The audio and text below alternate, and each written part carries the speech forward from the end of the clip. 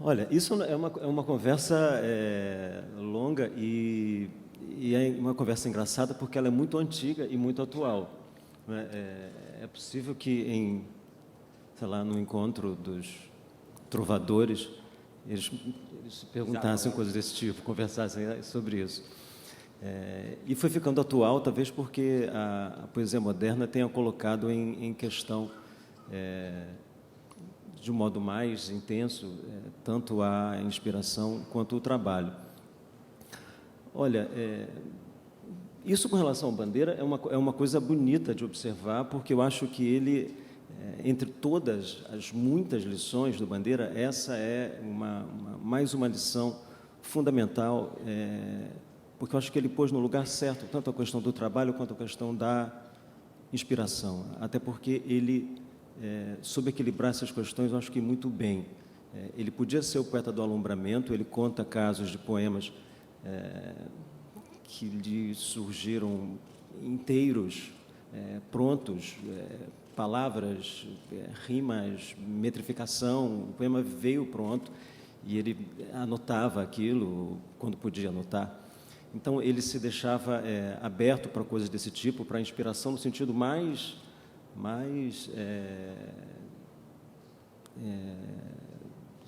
íntegro que essa palavra possa trazer, acarretar. E, ao mesmo tempo, era um poeta em que você vê que há um trabalho de construção que depois, adiante, ficou um pouco marcado, sei lá, como uma coisa quase que pertencente ao João Cabral de Melo Neto, e que não é verdade. E você vê como o Bandeira podia trabalhar as duas coisas simultaneamente e podia experimentar tanto uma coisa quanto outra. Então, eu lembro, por exemplo, de um poema chamado A Realidade e a Imagem, onde o Bandeira praticamente fotografa uma cena que ele vê quando ele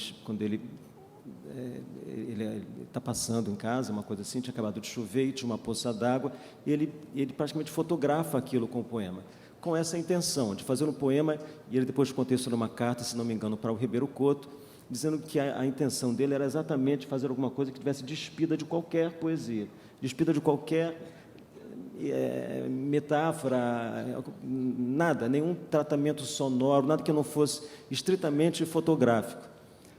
Mas o que é sensacional é que ele dá ao poema o nome de A Realidade e a Imagem. Então, a realidade, que é o edifício, e a imagem, que é o reflexo do edifício na poça, dando a eles os nomes A Realidade e a Imagem, esses nomes não só são nomes, como são conceitos, né? O que é a realidade e o que é a imagem são conceitos tão densos, né, no campo da filosofia, do pensamento ocidental e da própria literatura, ou da teoria da literatura, que o poema, na verdade, sai da simples dimensão da fotografia e ganha uma dimensão de reflexão, de fato, sobre a arte e sobre a poesia em si. Então, eu não sei se, quer dizer, provavelmente, é engraçado isso, provavelmente a inspiração do Bandeira foi: caramba, vou escrever um negócio sobre essa cena dessas pombas passeando e eu vou fazer uma coisa que é puramente fotográfica, sem nenhum traço de inspiração. Aquilo já era inspiração acontecendo.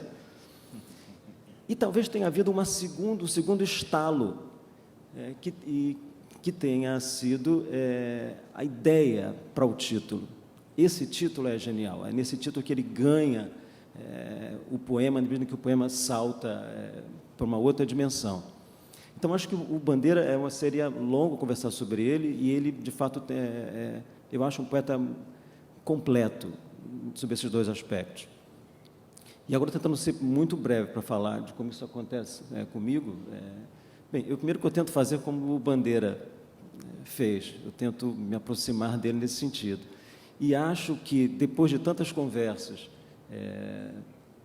tanto críticos quanto poetas, sempre tentando pensar aquele negócio da inspiração e transpiração, da porcentagem, 20% de inspiração, 30%, 80% de trabalho, 50%.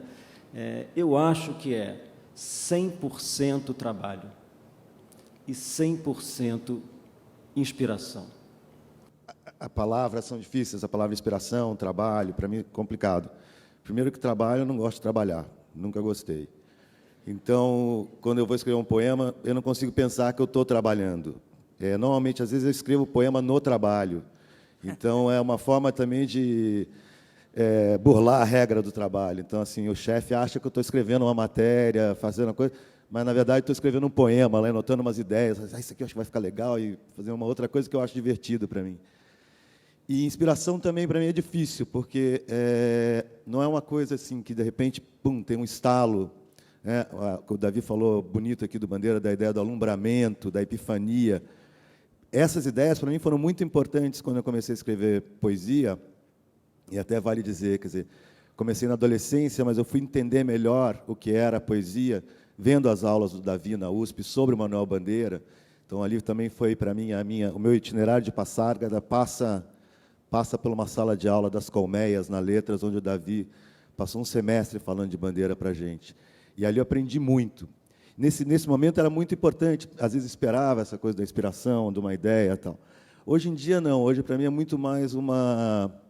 Às vezes eu estou lendo alguma coisa, às vezes estou trabalhando em alguma coisa do meu dia a dia, enfim, da minha vida imediata, daquilo que eu preciso para pagar a comida, pagar o aluguel e etc. E aí, de uma palavra, um pouco uma palavra puxa a outra. Tem uma palavra, eu falo assim, puxa, essa palavra é legal, é bonita, isso aqui dá para juntar com uma outra ali e tal. Aí eu posso parar tudo e começar a ir sentindo um pouco o poema na tela, né? Porque eu vou direto para o computador, não faço a mão nem nada. Não, como é que eu vou dizer assim? Para mim, poesia é uma forma de expressão, mas ela vem com uma necessidade de expressar isso. Não é assim, eu tive uma ideia e eu vou guardar ela para depois. Quando me acontece, assim, eu sinto até fisicamente, assim, eu começo a ficar meio nervosa e eu tenho que pegar um caderno e começar a escrever, ou se eu tenho um computador por perto, eu começo a escrever. Eu queria ler um trechinho do itinerário de Passárgada, que eu até copiei no meu caderno, que eu achei legal.